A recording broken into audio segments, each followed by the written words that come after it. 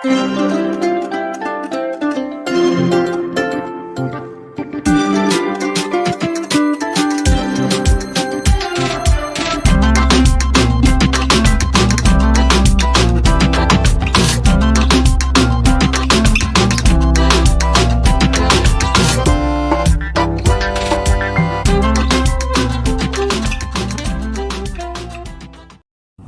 கேட்போம். ஆமோஸ் தீர்க்கதரிசியின் புஸ்தகம் 8வது அதிகாரம் 4 முதல் 7 முடியுள்ள வசனங்கள். ஆமோஸ் தீர்க்கதரிசியின் புஸ்தகம் 8வது அதிகாரம் 4 முதல் 7 முடியுள்ள வசனங்கள்.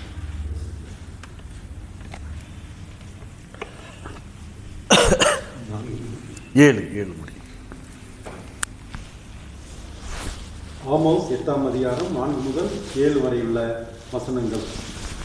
தேசத்தில் சிறுமைப்பட்டவர்களை ஒழிய பண்ண, எளியவர்களை விழுங்கி, நாங்கள் மரக்காலை குறைத்து சேக்கால் நிறைய அதிகமாக்கி, கள்ளத்தராசினால் வஞ்சித்து, தரித்திரரை பணத்துக்கும் எளியவர்களை ஒரு ஜோடு பாதரட்சைக்கும் கொள்ளும்படிக்கும், தானியத்தின் பதரை விற்கும்படிக்கும், நாங்கள் தவசம் விற்கத்தக்கதாக மாத பிறப்பும், நாங்கள் தானியத்தின் பண்டகசாலைகளை திறக்கத்தக்கதாக ஓய்வு நாளும் எப்போது முடியும் என்று சொல்லுகிறவர்களே, இதை கேளுங்கள். அவர்கள் செய்கைகளை எல்லாம் நான் ஒருபோதும் மறப்பதில்லை என்று கர்த்தர் யாக்கோபுடைய மகிமையின் பேரில் ஆணையிட்டார் என்பதே. கிறிஸ்துவுக்குள் அன்பானவர்களே, இந்த நாளுக்கான இறை செய்தியை பழனி நம்முடைய கிளை சபைக்கு புதிதாக வந்திருக்கிற போதகர் ஆசிக் கிரைஸ்ட் அவர்கள் இந்த நாளுக்குரிய செய்தியை சுருக்கமாக நமக்கு வழங்குவார்.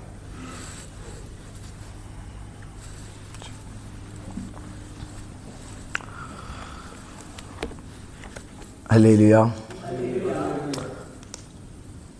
ஆண்டவரும் உலக இரட்சகருமாகிய இயேசு கிறிஸ்துவின் இனிதான நாமத்திலே உங்களை அனைவரையும் வாழ்த்தி வரவேற்றுக் கொள்கிறேன். சற்று நேர சிந்தனைக்காக நாம் தெரிந்தெடுக்கப்பட்ட நற்செய்தி பகுதி ஆமோஸ் எழுதிய நிருபம் 8ஆம் அதிகாரம் 4 முதல் 7 முடியதான வசனங்களை நாம் வாசிக்க கேட்டோம். இதனுடைய பொதுவான நோக்கத்தை நாம் பார்க்கின்ற வேளையிலே, தாழ்மையானவர்களை உயர்த்தும் தேவன் விசுவாசமான வாழ்க்கைக்கு அழைக்கின்றார். தாழ்மையானவர் என்கின்ற வேளையிலே நாம் யாரையெல்லாம் தாழ்மையானவர்கள் என்று கூறினால், பொதுவாக ஒரு கஷ்டத்தில் இருப்பவர்களை நாம் எடுக்கலாம், அல்லது ஓர் பலவீனம் அற்றவரை நாம் எடுத்துக்கொள்ளலாம், அல்லது அநேக துன்பங்களை வலிகளை அடைந்து மன உருக்கத்தில் இருப்பவர்களை நாம் எடுத்துக்கொள்ளலாம். அவ்வாறு பார்க்கின்ற வேளையிலே ஆண்டவராகிய கடவுள் என்ன கூறுகின்றார்? நான் இன்று நடக்க இருக்கின்றதான ஒவ்வொரு அக்கிரமத்தையும் ஒவ்வொரு கஷ்டத்தையும் நான் காண்கின்றேன். நான் இதை என்ன செய்ய மாட்டேன், ஒரு காலும் மறந்து விடமாட்டேன்.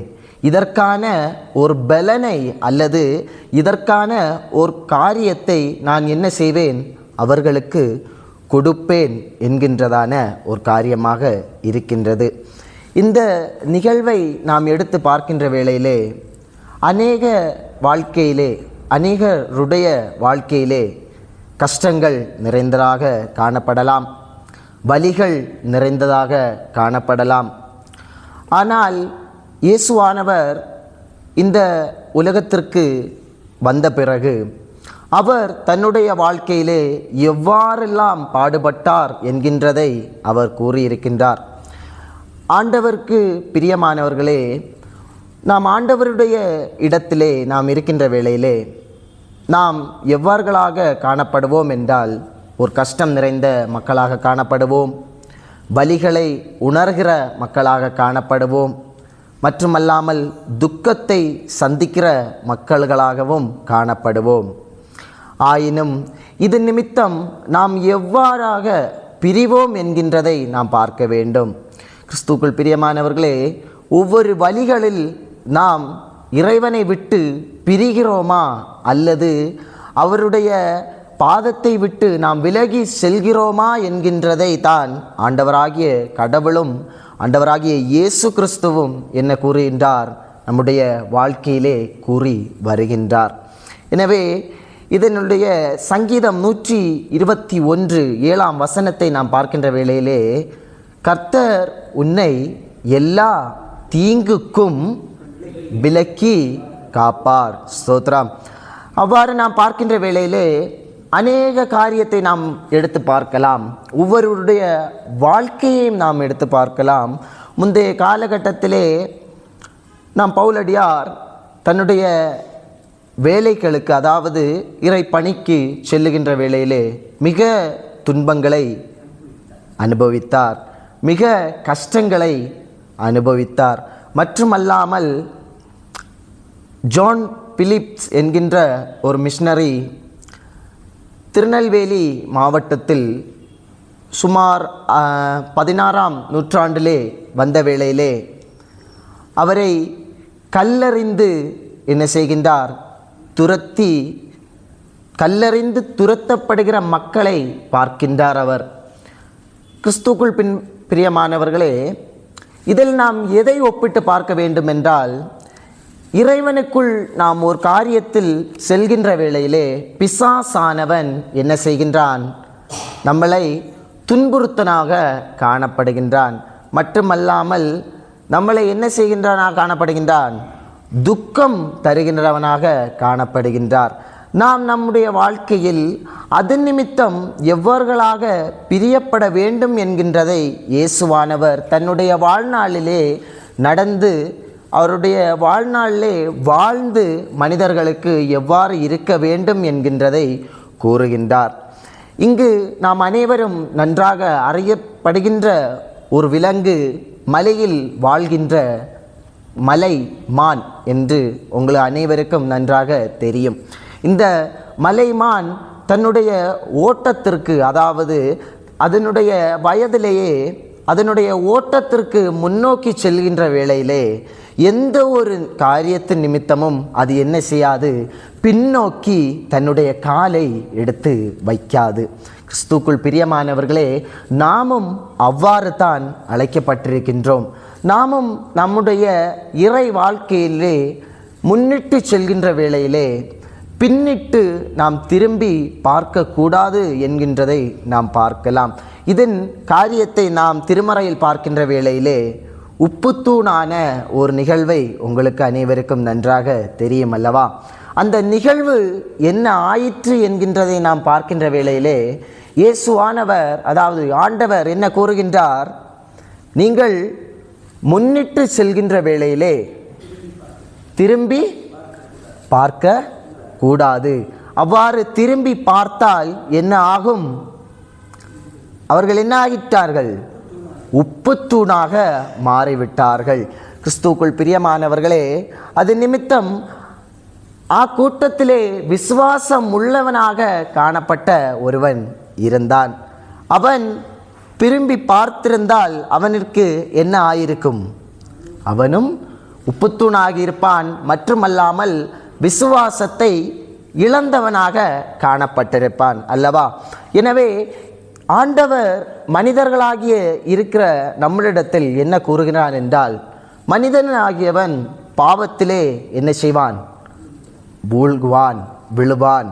மனிதனுடைய வாழ்வு எவ்வாறு இருக்கப்படுகிறது?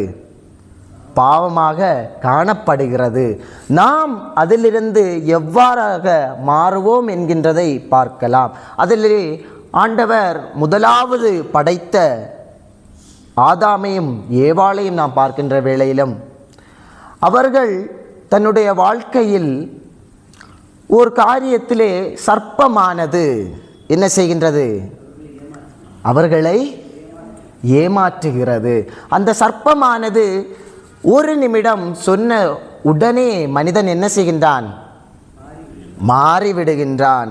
அவ்வாறு இன்றைய காலகட்டத்திலே சர்ப்பமானவன் எவ்வாறெல்லாம் இருக்கின்றான் என்று பார்க்கின்ற வேளையிலே அநேக காரியத்திலே சர்ப்பமானது என்ன செய்கின்றது? மனிதனை உள்ளே பாவத்துக்குள் இழுத்து கொண்டு இருக்கின்றது. இந்த பாவத்துக்குள் நீங்கள் செல்லாமல் இயேசுவின் நிமித்தம், அதாவது ஆண்டவரிடத்திலே மன்றாடி ஆண்டவரிடத்திலே விசுவாசத்துடன் இருக்க அழைக்கப்பட்டிருக்கின்றோம். அந்நியாயத்தை காணும் தேவன் தாழ்மையானவரை உயர்த்துகின்றார். அங்கு எந்த ஒரு சூழ்நிலையிலும் தேவன் என்ன செய்கின்றார்? தாழ்மை உள்ளவர்களை விட்டு கொடுக்காதவராக காணப்படுகின்றார். அல்லேலூயா. இரண்டாவதாக இதனுடைய ஒரு நோக்கமானது அல்லது ஒரு பொருளை நாம் எடுத்து பார்க்கின்ற வேளையிலே நாம் அனைவருக்கும் நன்றாக அறியப்படுகிற ஒரு காரியம், லூக்கா எழுதின நற்செய்தி நூல் 16ஆம் அதிகாரம் 1 முதல் 15ஆம் வசனம் பார்க்கின்ற வேளையிலே அங்கு ஒருவரை அல்லது அங்கு யாரை பற்றி பார்க்கின்றோம் என்றால், யாரு? ஒரு கிரானக்காரன், டிஸ்கானஸ்டி மேனேஜர். அவன் என்ன செய்கின்றார்? ஒரு ஐஸ்வர்யவானாக ஒருவன் இருக்கின்றான். அவனிடத்திலே வேலைக்காரனாக ஒருவரை இருக்கின்றார் அல்லவா? அவர் என்ன செய்கின்றார்? பாரம்பரியமாக வேலைக்காரனாக இருக்கிறார். அப்பொழுது அவர் என்ன செய்கின்றார்? ஒரு நாள் திடீரென்று தெரியாமல் அவர் சொன்ன ஒரு காரியம் எங்கு போய் முடிகிறது? அவருடைய எஜமானிடத்தில் காதிலே போய் விழுகிறது. எஜமானானவன் என்ன கூறுகின்றான்? நீங்கள் உங்களுடைய உக்கிரகார கணக்கை ஒப்புவிக்க வேண்டும். இனி நீங்கள் என்ன செய்யக்கூடாது? என்னிடத்திலே வேலை செய்யக்கூடாது. அந்த உக்கிரகாரன் என்ன செய்கின்றான்? மனம் உடைகின்றான். ஆனால் முதலாவது நாம் பார்க்கின்ற வேளையிலே அதே உக்கிரகாரன் தான் யாரை கேலியாக செய்கின்றான்? எஜமானை குற்றமாக சூட்டுகின்றான். அதே நிமித்தம் அந்த வேலைக்காரன் இதெல்லாம் செய்து விட்டனே, இனி எனக்கு என்ன இல்லை? அங்க பலன் இல்லை என்று அவனுக்கு தெரிகிறது. கிறிஸ்துவுக்குள் பிரியமானவர்களே, மனிதனுடைய வாழ்க்கை இவ்வாறு தான் காணப்படுகிறது. ஒரு சிறிய நொடிகளில் மனிதனுடைய வாழ்க்கை எவ்வாறு மாறிவிடலாம்? மிக கடினமாகவும் மாறிவிடலாம், மிக துக்கமானதும் கடினமானதுமாக மாறிவிடலாம். இது நிமித்தம் நாம் எவ்வாறுகளாக காணப்பட வேண்டும் என்றால், ஒரு காரியத்தை நாம் முன்னிட்டு வைக்கின்ற பொழுது நாம் ஆண்டவரிடத்திலே மனமார்ந்து அவரிடத்திலே விண்ணப்பங்களை கேட்க வேண்டும். நாம் ஒரு காரியத்திற்கு செல்லுகின்ற வேளையிலே நாம் என்ன மறந்து விடுகின்றோம்? ஜெபிக்க மறந்து விடுகின்றோம். ஆனால் அந்த காரியத்தை நிறை பெறுமா அல்லது வெற்றி பெறுமா அல்லது தோல்வியா என்கின்றதை அறிந்த பிறகுதான் நாம் என்ன செய்கின்றோம்? ஜெபிக்க ஆண்டவரிடத்திலே மனமாக செல்கின்றோம். இதன் நிமித்தம் நாம் ஒரு காரியத்திலே எடுத்து முன்னிட்டு வைக்கின்ற வேளையிலே அந்த காரியம் நல்லது அல்லது அந்த காரியம் நிறை பெறும் என்கின்ற ஒரு விசுவாசத்துடன் இயேசுனிடத்திலே நாம் என்ன செய்ய வேண்டும்? மனமாண்டு மன்றாட வேண்டும். மட்டுமல்லாமல் இயேசுனிடத்திலே ஐக்கியமாக சேர வேண்டும். இதன் நிமித்தம் விசுவாசம் உள்ளவன் எவ்வாறு ரட்சிக்கப்படுவான்? மிகுந்த செழிப்பாகவும் மிகுந்த அழகுள்ளவனாகவும் காணப்படுவான். அழகு என்கின்றது வெளித்தோற்றம் அல்ல. அழகென்பது எவ்வாறு காணப்படுகின்றது? ஒரு மனிதன் தன்னுடைய வாழ்நாளில் எவ்வாறு இருந்திருக்கின்றான், எவ்வாறு இனி இருக்க போகின்றான் என்கின்றதை நிமித்துத்தான் அந்த வண்ணங்கள் தீர்வு செய்கின்றது. இயேசுவானவர் இந்த உலகத்திலேயே ஆண்டவர் இந்த உலகத்திலே முதலாவது ஒரு வில்லை உருவாக்கினார். அந்த வில்லானது மிகுந்த தோற்றங்கள் நிறைந்ததாகவும் மிகுந்த கலர்ஸ், அதாவது வண்ணங்கள் நிறைந்ததாகவும் காணப்படுகின்றது. ஆனால் இன்றைய காலங்களிலே வானவில் எவ்வளவு கலர் என்று கேட்கின்ற வேளையிலே எவ்வளவு சொல்வார்கள்? 7 என்று மிக எளிதாக சொல்லிவிடுவார்கள். ஆனால் 7 அல்ல வானவில்லோட என்னது அழகு. வானவில்லை ஆண்டவர் உருவாக்கினார். அந்த வண்ணங்கள் இந்த உலகத்திலேயே பேர் கூடாத வண்ணங்கள் நிறைந்ததாக அந்த வானவில் காணப்படுகின்றது. நாமும் நம் வாழ்க்கையில் அந்த வண்ணங்கள் நிறைந்ததாக காணப்பட வேண்டும் என்று ஆண்டவர் நம்மளையும் இயேசுவுக்குள் அழைக்கின்றார். இயேசுவானவரும் தன்னுடைய வாழ்க்கையில் ஆண்டவரை பிரதிபூலமாக அநேக காரியத்தை அவர் செய்திருக்கின்றார். முதலாவது அற்புதத்தை நாம் பார்க்கின்ற வேளையிலே இயேசுவானவர் என்ன செய்கின்றார்? இந்த காரியத்திற்கு நான் என்னுடைய நேரம் வரவில்லை என்று தன்னுடைய தாயாரிடத்திலே கேட்கின்றார். ஆயினும் தன்னுடைய விசுவாசத்தின் நிமித்தம் அங்கு என்ன நடக்கின்றது? மிகுந்த ஒரு அற்புதமும் மிகுந்த ஒரு அதிசயமும் நடக்கிறது என்று நாம் பார்க்கின்றோம். கிறிஸ்துவுக்குள் பிரியமானவர்களே, இன்றைய காலங்களும் அவ்வாறு தான் அநேக தீயவர்கள் நம்முடைய வாழ்க்கையில் நம்மளை நிராகரிக்கவும் நம்மளை துக்கப்படுத்தவும் நம்மளை ஒரு காரியத்திலிருந்து எடுத்து மாற்றும்படியாகவும் அவர்கள் வருவார்கள். ஆனால் நாம் நம்முடைய வாழ்க்கையில் எவ்வாறுகளாக காணப்பட வேண்டும் என்கிறதை முந்தைய காலங்களிலே இயேசுவானவர் மிக அழகாக வாழ்ந்து காட்டியிருக்கின்றார். ஏசாயா புஸ்தகம் 45ஆம் அதிகாரம் 2ஆம் வசனத்தை நாம் பார்க்கின்ற வேளையிலே, நான் உனக்கு முன்னே போய் கோலனானவைகளை எல்லாம் செவ்வையாக்குவேன் என்று மிக அழகாக கூறுகின்றார். அவ்வாறு தான் நாமும் நம் வாழ்க்கையிலே ஒரு காரியத்தை முன்னிட்டு நாம் ஆண்டவரிடத்திலே மன்றாடி முன்னிட்டு சென்றால் நம்முடைய வாழ்க்கை எவ்வாறு காணப்படும்? கோணனானவைகளை எல்லாம் செவ்வையாக நாம் காணப்படும். அவ்வாறு இன்றொரு வசனம் ஏசாயா 40ஆம் அதிகாரம் 31ஐ நாம் பார்க்கின்ற வேளையிலே, கர்த்தருக்கு காத்திருக்கிறவர்களோ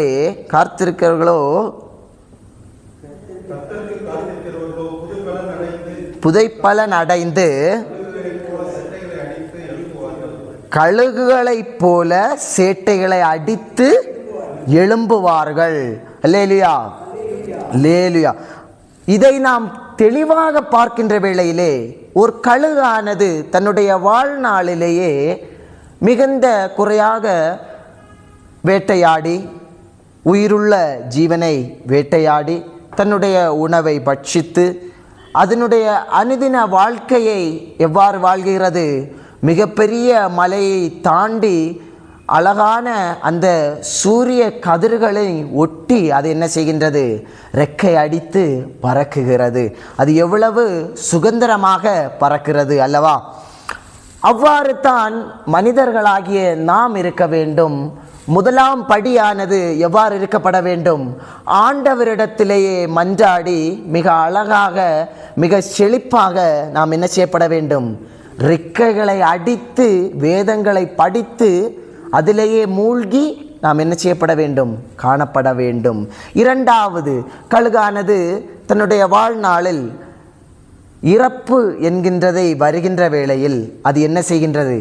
ஓர் இடத்திலே சென்று உட்கார்ந்து அதனுடைய துகள்களை அதையே பிரித்து போட்டு அதனுடைய கொம்பை பாறையிலே உடைத்து தன்னுடைய காலில் இருக்கின்ற நகர்களை என்ன செய்கின்றது? உடைத்து விடுகிறது.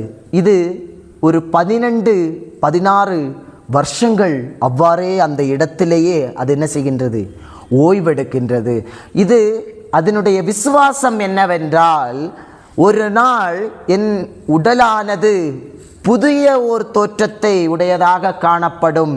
அந்த புதியது எவ்வாறு இருக்கும் என்றால், எனக்கு புதிய ஒரு கொம்பு வரும், புதிய ஒரு ரெக்கை வரும், புதிய ஓர் நகரும் வரும் என்கின்ற ஒரு விசுவாசத்திலே அது வாழ்கின்றது. கரெக்டான காலம் அதற்கு வருகின்ற வேளையிலே அது எவ்வாறு காணப்படுகின்றது? மிக அழகான ஒரு கழுகாக காணப்படுகின்றது. அதுதான் இந்த ஏசாயா புஸ்தகம் 40ஆம் அதிகாரம் 31ஆம் வசனம் கூறுகின்றது. கர்த்தருக்கு காத்திருக்கிறவர்களே புது பலன் அடைந்து கழுகுகளைப் போல சேட்டைகளை அடித்து எழும்புவார்கள். அவ்வாறு தான் நாமும் எவ்வாறு எழும்பப்படுவோம்? புதிய ஒரு கழுகுகளைப் போல நாமும் என்ன செய்யப்படுவோம்? வாழ்க்கையிலே எழும்பி வருவோம். அதுதான் அதன் நிமித்தம் நாம் எவ்வாறுகளாக காணப்பட வேண்டும்? விசுவாசம் உள்ளவர்களாக காணப்பட வேண்டும். நாம் ஆண்டவர் இந்த உலகத்திலே அநேக காரியத்தை நமக்கு கற்றுக் கொடுக்கின்றார். அநேக காரியத்திலே அநேகருடைய வாழ்க்கை நிலையை நமக்கு பண்பாட்டாக காண்பிக்கின்றார். அந்த அநேகருடைய வாழ்க்கை நிலைமை நாம் எடுத்து பார்க்கின்ற வேளையிலே அனைவரும் எவ்வாறுகளாக காணப்பட்டார்கள்? விசுவாசம் உள்ளவர்களாகவும் பிடிவாதம் உள்ளவர்களாகவும் பலத்த காரியத்தை நான் காண்பேன் என்கின்ற ஒரு உறுதி உள்ளவர்களாகவும் காணப்படுகின்றார்கள். எனவே கிறிஸ்துவுக்குள் பிரியமானவர்களே, நாமும் இன்றைய நாளிலே அநேக காரியத்திலே நாம் ஒன்றாக பார்த்திருக்கின்றோம். ஆனால் அநேக மக்கள் என்னவர்களாக? விசுவாசம் இழந்தவர்களாக காணப்படுகின்றார்கள். ஓர் துக்கம் சம்பவித்த உடனே எனக்கு என்ன ஆயிற்று? ஆண்டவர் என்னை மறந்து விட்டார் என்கின்றதை மக்கள் நினைவு கூட்டுகிறார்கள். அது தவறு. ஏனென்றால் ஆண்டவர் என்ன கூறுகின்றார் என்றால், உங்கள் அநேக தீங்கு காரியங்கள் உங்கள் வாழ்க்கையில் நிலை பெறும். அதை நீங்கள் காண்பீர்கள். அதன் நிமித்தம் நீங்கள் எவ்வாறுகளாக காணப்பட வேண்டும் என்கின்றதை நாம் அறியேன். இப்பொழுது ஒரு காரியம், நாம் ஒரு கடைக்கு செல்கின்ற வேளையிலே அனுதினம் நாம் அந்த கடையிலே சென்று ஒரே காரியத்தை வாங்கின்றோம். அந்த காரியம் டெய்லி நாம் வாழ்க்கையிலே வாங்கின்ற வேளையிலே நாம் என்ன செய்கின்றோம்? மிக சந்தோஷம் உள்ளவராக காணப்படுகின்றோம். ஆனால் ஒரு நாள் திடீரென்று போகின்ற வேளையிலே அந்த சாதனம் அந்த கடையிலே இல்லை என்று பார்த்தால் நாம் என்ன ஆண்கின்றோம்? துக்கம் வரும் அல்லவா? அப்படி ஆனால் ஒரு கஷ்டம் நம்ம வாழ்க்கையில் வந்தாச்சுன்னா அந்த கஷ்டம் வரணும் என்கின்ற ஒரு கட்டாயம் கடவுள் என்ன சொல்கின்றார்? மக்களுக்கு கஷ்டம் வந்தால் மட்டும்தான் ஆண்டவர் என்ன செய்வாங்க? தேடுவாங்க. அந்த கஷ்டமே இல்லாமல் ஒரு வாழ்க்கையை நான் மனிதனுக்கு கொடுத்தாச்சுன்னா அந்த மனிதன் என்ன செய்வான்? கடவுளையே தேடாதவர்களாக காணப்படுவோம். எனவே கஷ்டம் வருகிறது, நல்லது, அதிலும் சிறந்தது துக்கம்தான். ஆனால் அந்த கஷ்டத்தில் பலனாக ஆண்டவர் என்ன செய்வார்? நம்மளை சிறந்த ஓர் இடத்திலேயே உயர்த்துவார். மட்டுமல்லாமல் கழுகை போல சேட்டைகளை அணிந்து மிக அழகான ஒரு தோற்றத்தையும் நமக்கு தருவார். இன்றைய நாளிலே நான் நற்செய்திக்காக எடுத்துக்கொள்ளப்பட்ட வேத பகுதியில் ஒவ்வொரு காரியமும் நாம் பண்பாட்டுக்கு அல்லாது பயன்பாட்டிற்கு எடுத்துக்கொள்ளப்பட வேண்டிய ஒரு காரியம் என்னவென்றால், நாம் அனுதின வாழ்க்கையில் கஷ்டமானது அல்லது துக்கமானது நாம் சந்திக்கின்ற வேளையிலே இயேசுவினிடத்திலே, ஆண்டவரிடத்தில் நாம் மனமாற மன்றாடி அவரிடத்திலேயே நாம் ஐக்கியத்துடனும் அவரிடத்திலே இன்புற்று இருக்கவும் அழைக்கப்பட்டிருக்கின்றோம். இத்திரு வார்த்தையின் வழியாக நாம் இயேசு தாமே நம் இருதயங்களை ஒருமுகப்படுத்தி சக்திப்படுத்தி பலப்படுத்தி காப்பாராக. எல்லா புத்திக்கும் மேலான தெய்வீக சமாதானம் உங்கள் இருதயங்களிலும் சிந்தனைகளிலும் கிறிஸ்து இயேசுக்குள் ஐக்கியப்படுத்தி காப்பாராக. ஆமேன்.